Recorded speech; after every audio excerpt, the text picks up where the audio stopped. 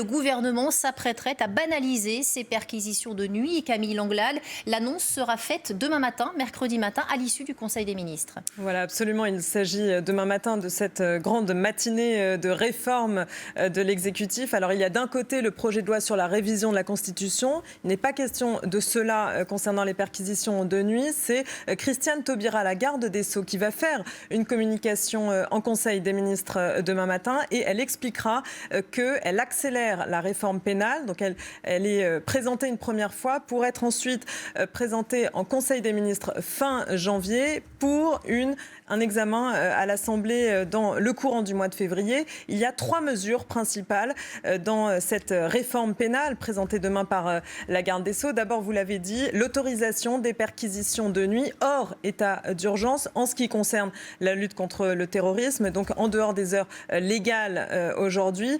Deuxième mesure concernant les ordinateurs et la troisième mesure également, ce qu'on appelle les IMSI catchers. Vous avez peut-être déjà entendu ce nom un petit peu compliqué. Ce sont des petits boîtiers noirs qui permettent d'espionner les ordinateurs et de retrouver des numéros d'opérateurs ou des numéros IP, des adresses des détenteurs de ces ordinateurs. Donc cette autorisation d'IMSI Catcher sera aussi possible sans autorisation, si je puis m'exprimer ainsi.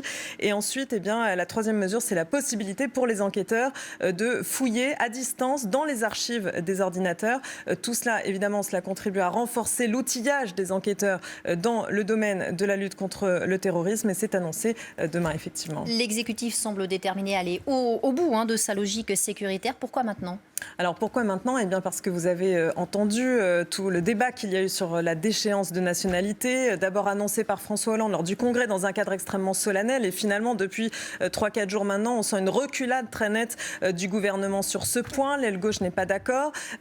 François Hollande n'ira donc pas jusqu'à la déchéance de nationalité dans le projet de loi sur la révision constitutionnelle. Il fallait donc clairement faire diversion et pour faire oublier ce recul, l'exécutif compte annoncer ces mesures importantes en matière de lutte contre le terrorisme. C'est pour cela qu'elles seront annoncées en même temps que ce projet de loi de révision de la Constitution. Demain, en grande pompe, sous les ors de l'Élysée, conférence de presse de Manuel Valls, en présence de plusieurs ministres, de Christiane Taubira, la garde des Sceaux, mais aussi de Michel Sapin, puisqu'il y a aussi des mesures contre le financement du terrorisme annoncées demain.